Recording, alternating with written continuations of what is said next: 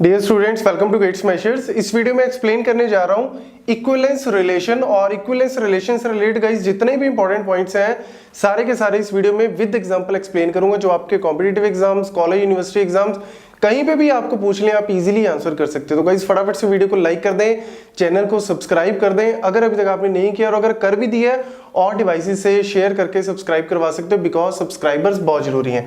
चलिए स्टार्ट करते हैं। What is the equivalence relation?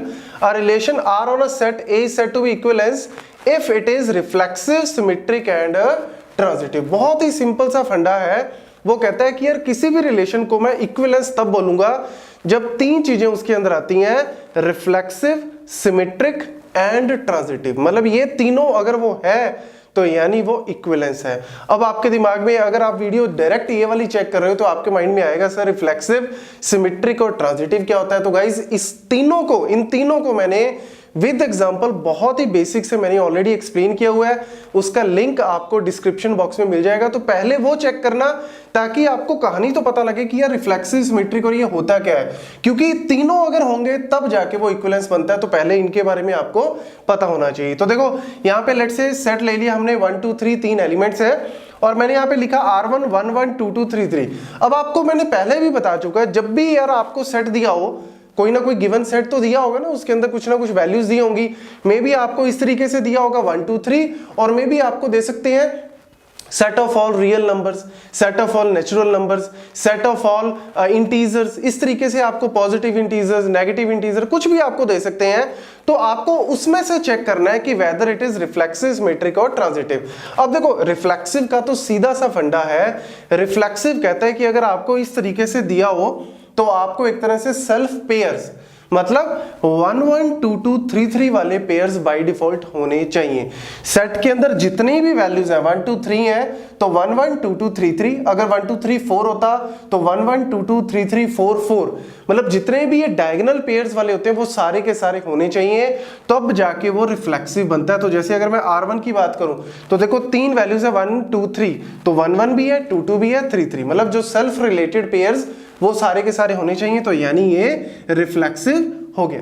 Then अगर हम बात करें सिमेट्रिक, सिमेट्रिक कहते हैं कि अगर आपके रिलेशन में XY है तो YX होना चाहिए। आपके रिलेशन में सेट से कोई लेने देना नहीं, आपके रिलेशन में अगर XY लिखा हुआ है तो YX लिखा होना चाहिए। तो भैया यहां पे XY कहीं पे लिखा हुआ है, XY मतलब कि कॉमा से इधर और इधर अलग अलग वैल्यू। अगर आप इसको ही लोगे तो देखो 1 1 का उल्टा भी 1 1 ही होगा ना, तब तो ऑब्वियसली ये भी सिमेट्रिक हो गया। 2 2 का उल्टा 2 2, 3 3 का उल्टा 3 3, तो यानी ये भी हमारा सिमेट्रिक बन जाता है। ठीक है। ट्रांजिटिव, ट्रांजिटिव क्या कहता है कि अगर आपके सेट में XY है और YZ है तो XZ होना चाहिए। मतलब अगर AB रिलेटेड है, BC रिलेटेड है तो AC भी होना चाहिए। तो देखो यहां पे XY है अगर, लेकिन YZ है ही नहीं, मतलब इन दोनों की वैल्यूज ये तो अलग अलग है ना पेयर, ये तो अलग अलग पेयर है, तो इसमें तो आपका XY एग्जिस्ट और YZ एग्जिस्ट ही नहीं कर रहा, तो बाय डिफॉल्ट ये ट्रांजिटिव भी आपका बन गया। उसमें सिर्फ हम ये चेक करते हैं ट्रांजिटिव में, अगर XY है और YZ है तो XZ होना चाहिए। अगर XY ही नहीं है या YZ ही नहीं है तब फिर भैया XZ का हम चेक ही नहीं करेंगे, फिर बाय डिफॉल्ट हम लिख देंगे कि यस इट इज ट्रांजिटिव। जैसे देखो 1 1 2 2 3 3 ये तो होना ही चाहिए अगर इसको रिफ्लेक्सिव बनाना है, तो ये तो बाय डिफॉल्ट है ही। अब देखो 2 1 2 1 2 1 का उल्टा क्या होगा 1 2। सिमेट्रिक के लिए 2 1 का उल्टा 1 2, क्या 1 2 है? हाँ 1 2 भी है, तो यानी ये सिमेट्रिक के अंदर आ गया। और तो कोई पेयर ऐसे बन ही नहीं रहा, 3 3 का उल्टा 3 3, 2 2 का उल्टा 2 2, 1 1 का उल्टा 1 1, तो वो तो बाय डिफॉल्ट सिमेट्रिक में आ ही गया। तो यानी ये रिफ्लेक्सिव भी है क्योंकि सारे आ गए, सिमेट्रिक भी है 1 1 2 2 3 3 वाले आ गए इसलिए रिफ्लेक्सिव है। सिमेट्रिक क्यों है? क्योंकि अगर 2 1 है तो 1 2 भी है।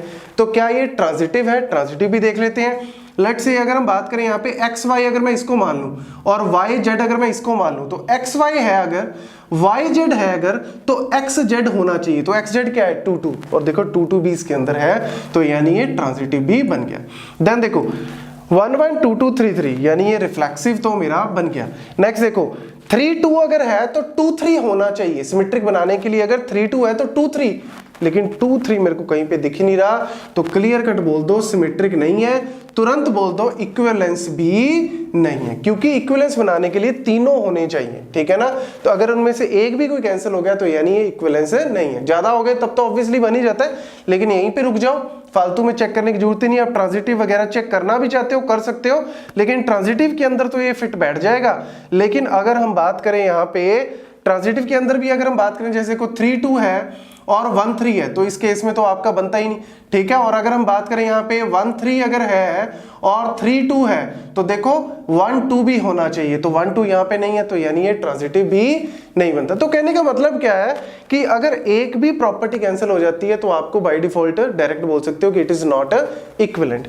देन अगर हम बात करें R4, अगर आपको इस तरीके से दे दें एम्प्टी रिलेशन, तो क्या ये इक्विवेलेंस होगा? भैया ये तो रिफ्लेक्सिव ही नहीं है, तो इक्विवेलेंस कैसे होगा?